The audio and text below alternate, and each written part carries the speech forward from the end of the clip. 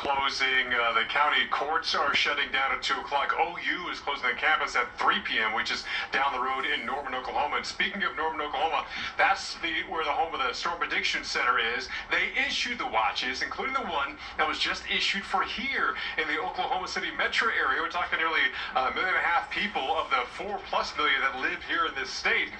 And while that risk is high, we talked to Bill Bunting, the deputy director for the SPC, about the messaging he still wants people to know. Even though there's a lot of talk about severe weather, it's not going to hit everyone, but it means you should still be prepared.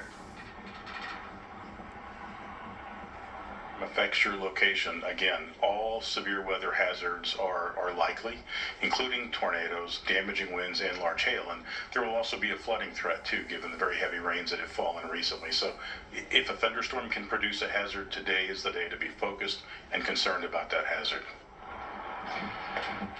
Now, do we expect dozens and dozens of tornadoes here in Oklahoma City? No, we don't. We sure hope not. But the thing is, there's a lot of open space in Oklahoma, but this area has notoriously suffered through some of the most devastating tornadoes.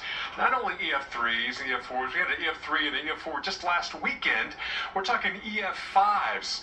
So that's the type of destruction capable when you have the ingredients that we have today, and we have this watch issued. Again, this is a watch. That means the conditions in and around this area, Oklahoma City, we're in this, Tulsa, you're right on the edge. So consider yourself close enough to it that you're in this threat as well for strong and severe thunderstorms that can quickly produce tornadoes, perhaps lines of storms that could produce multiple tornadoes, maybe on the ground for a long time. And Dr. Knapp, this is called a PDS, a particularly dangerous situation, and just the timing of this even adds to that danger. We really get things going, at least here in the metro area, as we head, say, dinner time and beyond, even perhaps right on past midnight. We're talking when the sun has set here. Yeah, Paul, it's so important to emphasize how long this watch is in effect, until 11 p.m. Central Time, and that's because of the confidence in how the evening is going to evolve and how it's going to get more dangerous. But also, you made a really good point, Paul. If you're in Tulsa, you're close enough. In and near the watch area is what people need to be getting ready for, correct?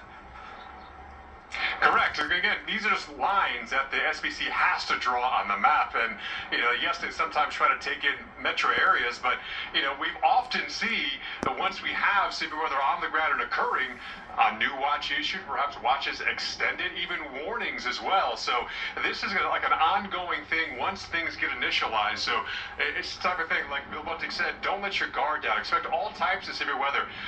The people experiencing perhaps heavy rain and the lightning and the gusty winds will outnumber the tornadoes, but any one of them are life-threatening situations. So you have to be prepared.